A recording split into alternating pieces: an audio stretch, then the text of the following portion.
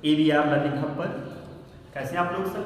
ठीक सर। अच्छे हैं? आशा करता हूँ आपकी पढ़ाई लिखाई बेहतर तरीके से चल रही होगी।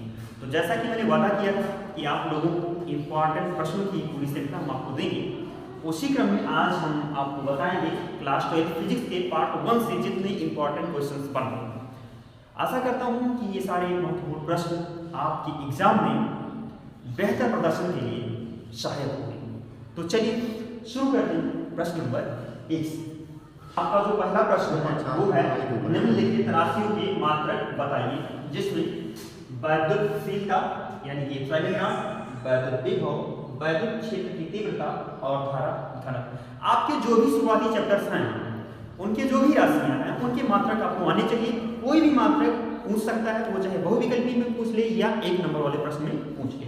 दूसरा प्रश्न है किसी वैद्युत द्विध्रुव के कारण अक्षीय व निरक्षीय स्थिति में किसी बिंदु पर वैद्युत क्षेत्र की तीव्रता का व्यंजक प्राप्त कीजिए। आपके एग्जाम में या तो अक्षीय या तो निरक्षीय एक ना एक जरूर आ जाता है, इसको भी आप लोग तैयार कर लीजिए। वैद्युत फ्लक्स की परिभाषा व मात्रक लिखिए। वैद्युत फ्लक्स क्या है, इसकी परिभाषा और इसका मात्रक, इनको भी आप तैयार कर लीजिएगा। नेक्स्ट है गॉस का प्रमेय क्या है।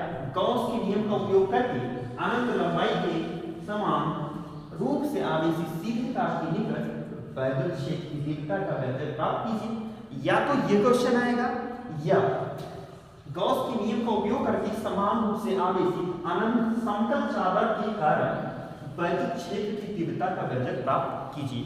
तो आपके एग्जाम में या तो आएगा अनंत लंबाई के समान सीधे तार के निकट, अथवा आ सकता है समतल चादर के निकट वैद्युत क्षेत्र की तीव्रता ज्ञात करना, वो भी गॉस के नियम का प्रयोग करके।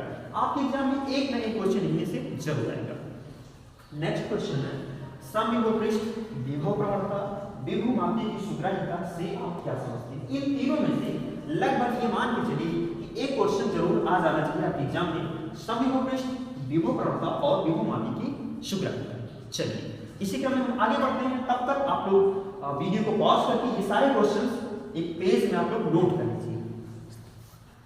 हाँ, तो नेक्स्ट क्वेश्चन है आपका समांतर प्लेट संधारित्र सिधारिता के लिए व्यंजक प्राप्त कीजिए। ये काफी इंपॉर्टेंट क्वेश्चन है जिसकी पूरी संभावना है कि इसकी धारिता को कैसे बढ़ाया जा सकता है, साथ ही साथ इसकी धारिता कैसे बढ़ाएंगे, ये भी आपको तैयार करना पड़ेगा। अगला प्रश्न है मुक्त इलेक्ट्रॉनों के अनुगमन वेग से आप क्या समझते हैं।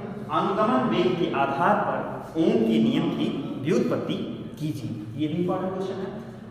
अगला है आपका वैद्युत परिपथ संबंधी किरचॉफ के नियमों की व्याख्या कीजिए, जिसमें आपको किरचॉफ के दोनों नियमों को तैयार करना होगा, जिसमें किरचॉफ का जो सेकंड वाला है वो और भी ज्यादा महत्वपूर्ण है। अगला है सेल के आंतरिक प्रतिरोध से क्या समझते हैं, यह किन कारकों पर निर्भर करता है। नेक्स्ट क्वेश्चन है बायोसेवक नियम का उल्लेख कीजिए। बायोसेवक का नियम का उपयोग करके दो और प्रश्न है, अगर आप लोग हो सके तो उसकी तैयारी कर लीजिएगा। साथ ही साथ जो नेक्स्ट क्वेश्चन है एम्पियर का परिपथीय नियम क्या है, इसका उपयोग करके अनंत लंबाई के सीधे धारावाही चालक के कारण उत्पन्न चुंबकीय क्षेत्र का सूत्र स्थापित कीजिए। तो इतना। अगला प्रश्न आप लोग भंवर धारा से आप क्या समझते हैं। लेंस का नियम क्या है। फैराडे के वैद्युत चुंबकीय प्रेरण संबंधी नियम बताइए। और अगला है निम्नलिखित की रचना व कार्य प्रणाली का सचित्र वर्णन कीजिए, जिसमें है आपका पहला ट्रांसफार्मर, दूसरा प्रत्यावर्ती धारा जनित। आपके एग्जाम में से या तो ट्रांसफार्मर आएगा या प्रत्यावर्ती धारा जनित आएगा, दोनों में एक न एक यानी कि प्रबल संभावना है। नेक्स्ट क्वेश्चन है मैक्सवेल के विद्युत चुंबकीय तरंग सिद्धांत की व्याख्या कीजिए। तो ये रहे आपके फर्स्ट बुक से रिलेटेड महत्वपूर्ण प्रश्न। आशा करता हूँ आपकी पढ़ाई ठीक से चल रही होगी, तो आप इन सबको तैयार कर लीजिएगा एकदम अच्छे से। बाकी सेकंड जो बुक है आपका या सेकंड जो पार्ट है उसकी इंपॉर्टेंट प्रश्न हम लेकर आएंगे अगले वीडियो में। तब तक के लिए अपनी पढ़ाई जारी रखिए और मस्त रहिए। धन्यवाद।